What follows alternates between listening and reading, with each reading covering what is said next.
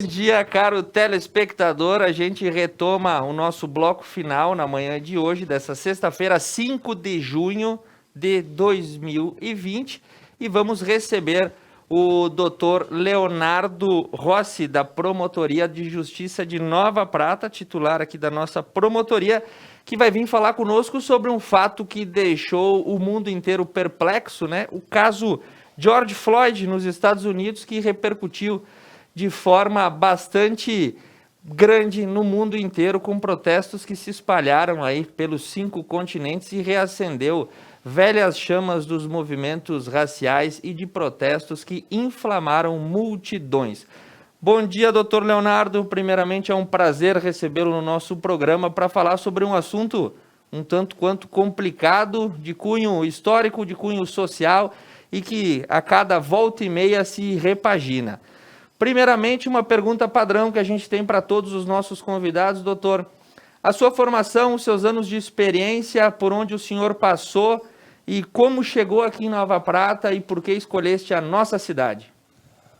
Bom dia, Thiago, bom dia aos que estão nos acompanhando em casa. Eu sou promotor de justiça, né, representante do Ministério Público já há quase 7 anos. Passei por outros cargos públicos, assessor do Ministério Público, assessor de juiz de direito, advoguei durante certo período, né, mas acabei, num certo momento, fazendo a escolha pela carreira pública, por um órgão que eu sempre respeitei muito e acreditei muito, que é o Ministério Público. Então, busquei a carreira do Ministério Público, porque eu sei que, por meio do Ministério Público, eu posso tornar, né, a sociedade mais justa, a gente pode transformar a nossa realidade. E por que da escolha de Nova Prata? Eu conheço Nova Prata das histórias do meu avô, que foi juiz municipal aqui há muitos e muitos anos, né? Então, eu conheci Nova Prata por histórias muito antes de vir até a cidade. E quando teve a oportunidade de poder me transferir para Nova Prata, eu fiz essa escolha. Gosto muito da cidade, sempre revelei isso para todos, né, por acreditar nas pessoas daqui, no modo de vida daqui, na forma como as pessoas se organizam, e tento trazer sempre o melhor para a cidade. Doutor Leonardo, o nosso caso específico de hoje, o nosso debate vai girar em torno do assassinato do americano George Floyd, que, para quem não acompanhou, ele ocorreu em Minneapolis, né, estado do Minnesota, que fica às margens do rio Mississippi, nos Estados Unidos, uma região que até hoje carrega uma segregação racial bastante forte nos Estados Unidos, e ocorreu lá no dia 25 de maio e gerou uma onda de protestos no mundo inteiro. Para começar a nossa conversa, o porquê do Ministério Público. Nós temos, né, a nossa Constituição Federal de 88, e lá no artigo 129 tem as funções do Ministério Público, e uma delas é zelar e tutelar a garantia dos direitos das pessoas e aquelas garantias individuais e direitos fundamentais que estão na Constituição. Entre elas, né, doutor, adotando as medidas necessárias para também sujeitar o crime de racismo, que também é previsto na nossa Constituição. Dos poucos crimes que estão previstos na Constituição, o racismo está lá inserido como imprescritível e inafiançável. Doutor Leonardo, a pergunta é: como funciona a persecução criminal do crime de racismo? Como é que essa prática é constatada? Como é que isso funciona junto ao Ministério Público e depois que vai para a esfera do Judiciário? Bom, em relação ao crime de racismo no Brasil, nós temos uma lei específica, a 7716 de 89, já completou aí mais de 30 anos, né? E o que acontece? Nessa lei, há uma previsão de diversas condutas que são consideradas quanto ao racismo.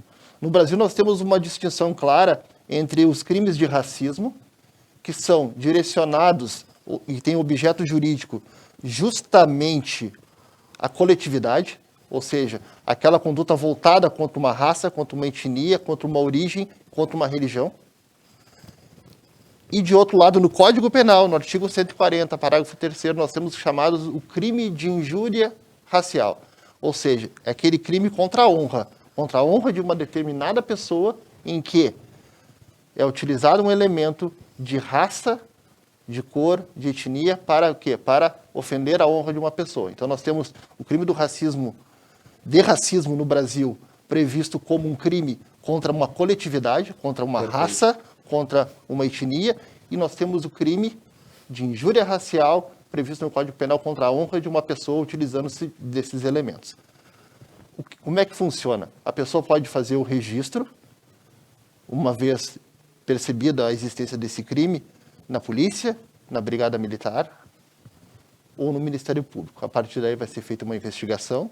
E em relação ao crime de racismo, uma vez configurado, ele é de ação penal pública incondicionada. Não há nenhum outro requisito para que o Ministério Público ajuize a denúncia e depois essa pessoa responda pelo crime na seara jurisdicional. Muito bem. Outra questão que a gente sai dessa conversa, que o caso foi, né? A gente teve um excesso da violência policial, isso foi constatado nos Estados Unidos. E, coincidentemente ou não, ali também no nosso artigo 129 da Constituição, cabe ao Ministério Público o controle externo da atividade policial. Doutor Leonardo, sucintamente, como é que as promotorias de justiça, como é que o Ministério Público, de uma forma geral, no Brasil, atuam com esse controle externo da atividade policial quando se constata excessos? O controle externo, é bom que se explique, o controle externo da atividade policial feita pelo Ministério Público, ele é no âmbito administrativo. Ok. Certo? Então, como é que acontece? Nós temos relatórios do Conselho Nacional do Ministério Público, onde nos orienta a cobrar determinados requisitos em relação à Polícia Civil e à Brigada Militar. Então, são controles quanto ao tempo de processo, o número de processos, a estrutura das delegacias. Então, essa questão de um eventual excesso praticado por algum agente público, ele vai ser sempre avaliado, se configurado como crime, de outra forma, não por meio do controle externo, e sim pela própria atividade do Ministério Público na persecução penal. Então, ele vai funcionar como um crime. Correto. Uma vez cometido um crime, ele vai ser apurado como um crime. E, doutor Leonardo, a gente não precisamos também discorrer somente sobre o caso ocorrido nos Estados Unidos. A gente teve, nesses últimos 15 dias, um caso do menino João Pedro na favela do Salgueiro, em São Gonçalo, que foi morto em uma ação da Polícia Federal e da Polícia Civil. E também aqui no estado do Rio Grande do Sul, essa semana, uma senhora, Dorelides Laurindo, de 56 anos, e o seu amigo, que era um angolano, Gilberto Almeida, que foram perseguidos e baleados em uma perseguição policial quando retornavam a Porto Alegre. De uma maneira generalista, doutor Leonardo, como se dá o desfecho judicial desse tipo de caso? Os agentes de segurança que eventualmente cometam excessos, eles são punidos, perdem seus cargos? Como que o senhor retrata essa realidade para nós? Olha, eu tenho assim por prática, por conduta, a gente não comentar casos, né, que já estão sendo apurados por outras polícias ou pelo próprio Ministério Público. Sim. O que a gente sabe é que na situação do Rio de Janeiro há um inquérito, há uma investigação, melhor dizendo, né, conduzida pelo Ministério Público, está sendo apurado. Aqui também, né, são situações distintas, né, que vão ter desfechos distintos, provavelmente, mas é aquilo que eu digo para as pessoas, para a comunidade: a gente tem que confiar nas nossas instituições, a gente tem que confiar que no Brasil, e eu tenho plena consciência e confiança nisso, de que os fatos serão apurados. Perfeito. E, doutor Leonardo, voltando para o nosso caso George Floyd, a gente faz esse bate-volta, né? Ocorreu esse caso nos Estados Unidos, isso reacendeu uma onda de protestos que se espalharam pelo mundo inteiro, né? E existe uma questão complexa por trás disso, que é quando o Estado opera de forma exagerada, muitas vezes, com pessoas que estão inseridas em circunstâncias sociais menos favorecidas. Como é que o senhor compreende esse tipo de movimento e como é que o senhor enxerga a operação dele? Bom, a questão do racismo ou de táticas discriminatórias, e quando a gente vai lá para a injúria racial lá e no injúria qualificada, também se fala nas questões das pessoas com deficiência e de idosos também que são vítimas. é uma questão que ela é complexa, ela está imbricada e ela está relacionada com diversos outros aspectos sociais, políticos da nossa cidade e do nosso país, dentro de um contexto histórico específico. E nós temos o quê? Nós temos uma legislação que prevê a punição para essas práticas, e enquanto Ministério Público, enquanto promotor de justiça, a gente está muito atento a isso. Ou seja, a gente não deixa passar, a gente não deixa em branco. No momento que vem até a promotoria elementos que indicam a prática de crimes de racismo ou de injúria racial, o Ministério Público tem sido um fiel cumpridor da lei. Perfeito. E, doutor Leonardo, a gente teve também, essas manifestações começaram em Minneapolis, se espalharam por mais de 70 cidades americanas, se espalharam pela Europa. No último domingo, elas encontraram também movimentos aqui no Brasil e a gente teve aí várias situações na cidade de São Paulo, na cidade do Rio de Janeiro, em Belo Horizonte, né?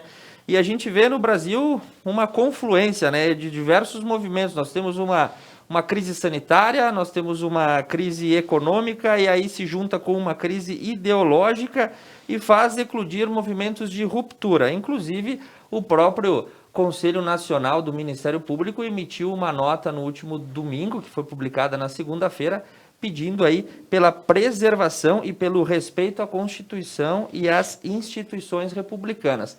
Como é que o senhor enxerga esse fenômeno que a gente tem de vários protestos, várias situações, pautas diferentes juntadas no mesmo movimento, e aí a gente tem uma manifestação do Ministério Público que diz: respeitem a Constituição, respeitem as instituições republicanas? O Ministério Público, uma das suas funções previstas na Constituição Federal é justamente isso, é o respeito à ordem democrática, é o respeito à democracia.